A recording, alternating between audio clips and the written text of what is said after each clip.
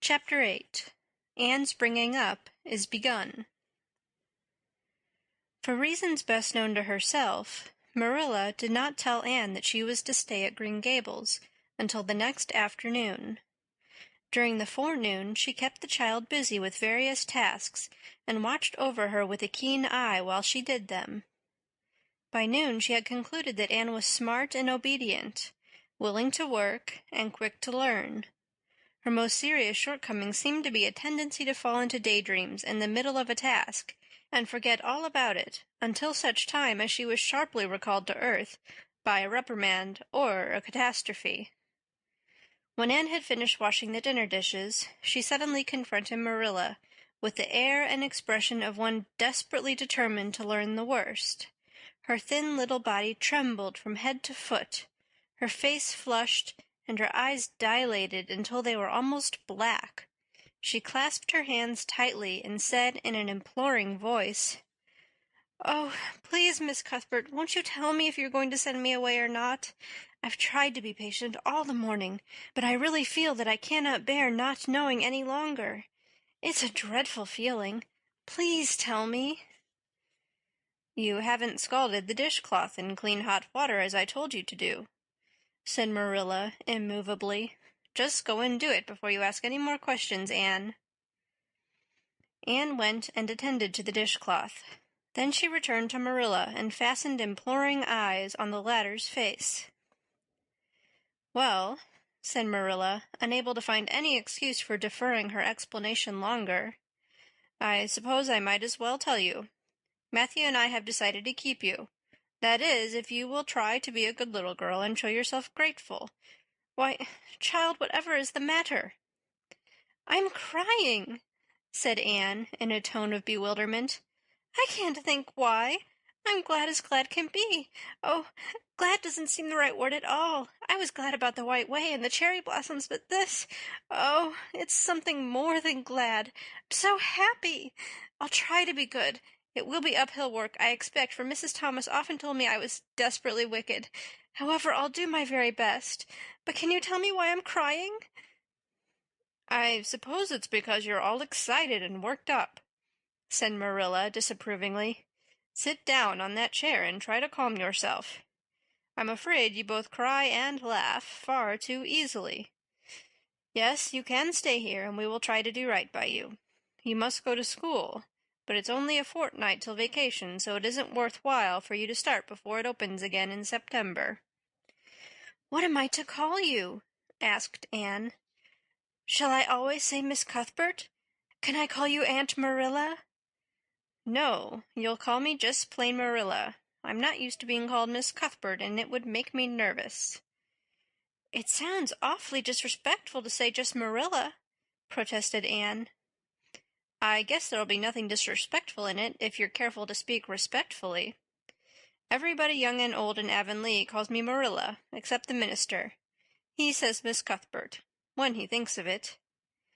"I'd love to call you Aunt Marilla," said Anne wistfully. "I've never had an aunt or any relation at all, not even a grandmother.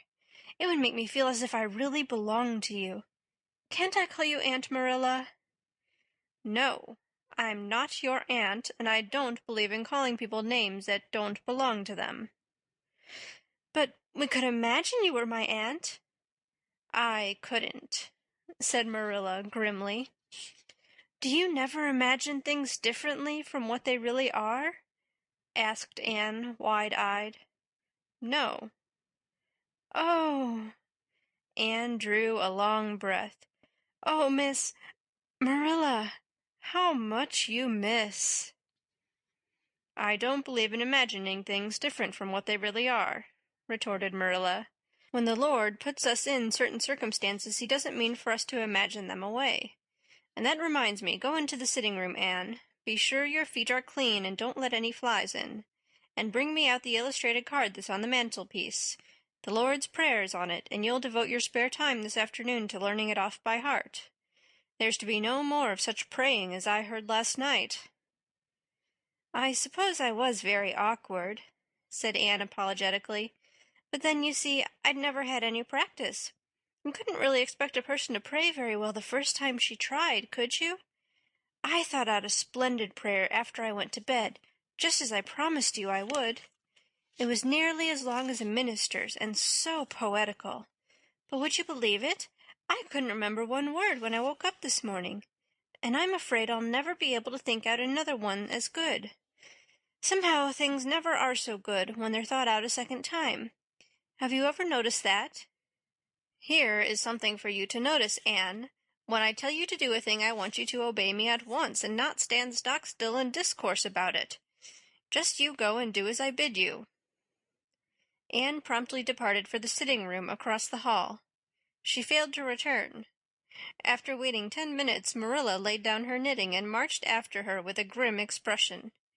She found Anne standing motionless before a picture hanging on the wall behind the 2 windows, with her hands clasped behind her, her face uplifted, and her eyes a star with dreams. The white and green light strained through apple trees, and clustering vines outside fell over the rapt little figure, with a half-unearthly radiance. "Anne, whatever are you thinking of?" demanded Marilla sharply. Anne came back to earth with a start. "That," she said, pointing to the picture, a rather vivid chromo entitled "Christ Blessing Little Children." "And I was just imagining I was one of them, that I was the little girl in the blue dress standing off by herself in the corner, as if she didn't belong to anybody, like me. She looks lonely and sad, don't you think? I guess she hadn't any father or mother of her own, but she wanted to be blessed too, so she just crept shyly up on the outside of the crowd, hoping nobody would notice her, except him. I'm sure I know just how she felt. Her heart must have beat and her hands must have got cold like mine did when I asked you if I could stay. She was afraid he mightn't notice her, but it's likely he did, don't you think? I've been trying to imagine it all out, her edging a little nearer all the time until she was quite close to him, and then he would look at her and put his hand on her hair, and oh, such a thrill of joy as would run over her. But I wish the artist hadn't painted him so sorrowful-looking. All his pictures are like that, if you've noticed, but I don't believe he could really have looked so sad, or the children would have been afraid of him." "Anne," said Marilla, wondering why she had not broken into this speech long before, "you shouldn't talk that way. It's irreverent, positively irreverent." Anne's eyes marveled. "Why, I felt just as reverent as could be. I'm sure I didn't mean to be irreverent." "Well, I don't suppose you did, but it doesn't sound right to talk so familiarly about such things. And another thing, Anne, when I send you after something you're to bring it at once and not fall into mooning and imagining before pictures. Remember that. Take that card and come right to the kitchen. Now sit down in the corner and learn that prayer off by heart." Anne set the card up against the jug full of apple blossoms she had brought in to decorate the dinner table. Marilla had eyed that decoration askance, but had said nothing, propped her chin on her hands, and fell to studying it intently for several silent minutes. "I like this," she announced at length. "It's beautiful. I've heard it before. I heard the superintendent of the asylum Sunday school say it over once, but I didn't like it then. He had such a cracked voice, and he prayed it so mournfully. I really felt sure he thought praying was a disagreeable duty. This isn't poetry, but it makes me feel just the same way poetry does. Our Father, who art in heaven, hallowed be thy name. That is just like a line of music.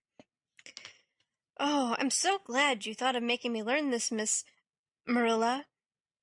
"Well, learn it and hold your tongue," said Marilla shortly.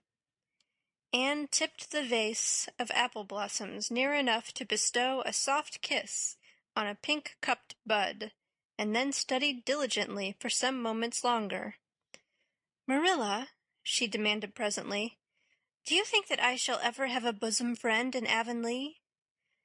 A what kind of a friend?" "A bosom friend. An intimate friend, you know, a really kindred spirit to whom I can confide my inmost soul. I've dreamed of meeting her all my life. I never really supposed I would, But so many of my loveliest dreams have come true all at once that perhaps this one will too. Do you think it's possible? Diana Barry lives over at Orchard Slope, and she's about your age. She's a very nice little girl, and perhaps she will be a playmate for you when she comes home. She's visiting her aunt over at Carmody just now. You'll have to be careful how you behave yourself, though. Mrs. Barry is a very particular woman. She won't let Diana play with any little girl who isn't nice and good. Anne looked at Marilla through the apple blossoms, her eyes aglow with interest. What is Diana like? Her hair isn't red, is it? Oh, I hope not. It's bad enough to have red hair myself, but I positively couldn't endure it in a bosom friend. Diana is a very pretty little girl. She has black eyes and hair and rosy cheeks, and she is good and smart, which is better than being pretty. Marilla was as fond of morals as the Duchess in Wonderland, and was firmly convinced that one should be tacked on to every remark made to a child who is being brought up. But Anne waved the moral inconsequently aside and seized only on the delightful possibilities before it. Oh, I'm so glad she's pretty. Next to being beautiful oneself, and that's impossible in my case, it would be best to have a beautiful bosom friend. When I lived with Mrs. Thomas, she had a bookcase in her sitting room with glass doors. There weren't any books in it. Mrs. Thomas kept her best china and her preserves there, when she had any preserves to keep. One of the doors was broken. Mr. Thomas smashed it one night when he was slightly intoxicated. But the other was whole, and I used to pretend that my reflection in it was another little girl who lived in it. I called her Katie Maurice, and we were very intimate. I used to talk to her by the hour, especially on Sunday, and tell her everything. Katie was the comfort and consolation of my life. We used to pretend that the bookcase was enchanted, and that if I only knew the spell, I could open the door and step right into the room where Katie Maurice lived, instead of into Mrs. Thomas's shelves of preserves and china. And then Katie Maurice would have taken me by the hand and led me out into a wonderful place, all flowers and sunshine and fairies, and we would have lived there happy forever after. When I went to live with Mrs. Hammond, it just broke my heart to leave Katie Maurice. She felt it dreadfully, too. I know she did, for she was crying when she kissed me good-bye through the bookcase door. There was no bookcase at Mrs. Hammond's, but just up the river a little way from the house there was a long green little valley, and the loveliest echo lived there. It echoed back every word you said, even if you didn't talk a bit loud. So I imagined that it was a little girl called Violetta, and we were great friends, and I loved her almost as well as I loved Katie Maurice.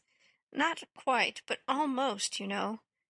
The night before I went to the asylum I said good-bye to Violetta, and oh, her good-bye came back to me in such sad, sad tones. I had become so attached to her that I hadn't the heart to imagine a bosom friend at the asylum, even if there had been any scope for imagination there. I think it's just as well there wasn't, said Marilla dryly. I don't approve of such goings-on. You seem to half believe your own imaginations. It will be well for you to have a real live friend to put such nonsense out of your head. But don't let Mrs. Barry hear you talking about your Katie Maurices and your Violettas, or she'll think you tell stories. Oh, I won't. I couldn't talk of them to everybody. Their memories are too sacred for that. But I thought I'd like to have you know about them. Oh, look, here's a big bee just tumbled out of an apple blossom. Just think what a lovely place to live, in an apple blossom. Fancy going to sleep in it when the wind was rocking it. If I wasn't a human girl, I think I'd like to be a bee and live among the flowers. Yesterday you wanted to be a seagull, sniffed Marilla. I think you were very fickle-minded. I told you to learn that prayer and not talk, but it seems impossible for you to stop talking if you've got anybody that will listen to you, so go up to your room and learn it. Oh, I know it pretty nearly all now, all but just the last line. Well, never mind, do as I tell you. Go to your room and finish learning it well, and stay there until I call you down to help me get tea. Can I take the apple blossoms with me for company? Pleaded Anne. No, you don't want your room cluttered up with flowers. You should have left them on the tree in the first place. "I did feel a little that way, too," said Anne. "I kind of felt I shouldn't shorten their lovely lives by picking them.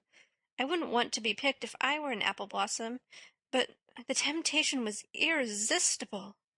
What do you do when you meet with an irresistible temptation?" "Anne, did you hear me tell you to go to your room?" Anne sighed, retreated to the east gable, and sat down in a chair by the window. "There, I know this prayer. I learned that last sentence coming upstairs. Now I'm going to imagine things into this room so that they'll always stay imagined. The floor is covered with a white velvet carpet with pink roses all over it, and there are pink silk curtains at the windows. The walls are hung with gold and silver brocade tapestry. The furniture is mahogany. I never saw any mahogany, but it does sound so luxurious. This is a couch all heaped with gorgeous silken cushions, pink and blue and crimson and gold, and I am reclining gracefully on it. I can see my reflection in that splendid big mirror hanging on the wall. I am tall and regal, clad in a gown of trailing white lace, with a pearl cross on my breast and pearls in my hair. My hair is of midnight darkness, and my skin is a clear ivory pallor.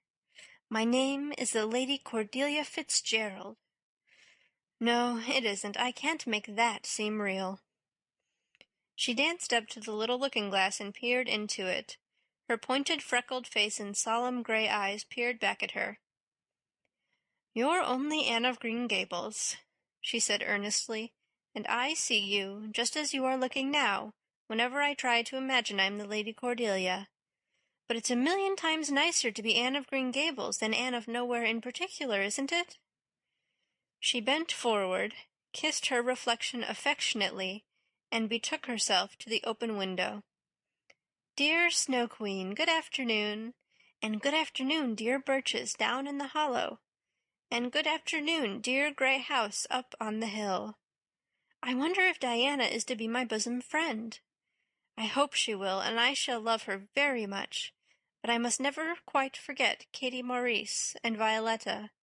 They would feel so hurt if I did, and I'd hate to hurt anybody's feelings, even a little bookcase girl's or a little echo girl's. I must be careful to remember them, and send them a kiss every day." Anne blew a couple of airy kisses from her fingertips past the cherry blossoms, and then, with her chin in her hands, drifted luxuriously out on a sea of daydreams.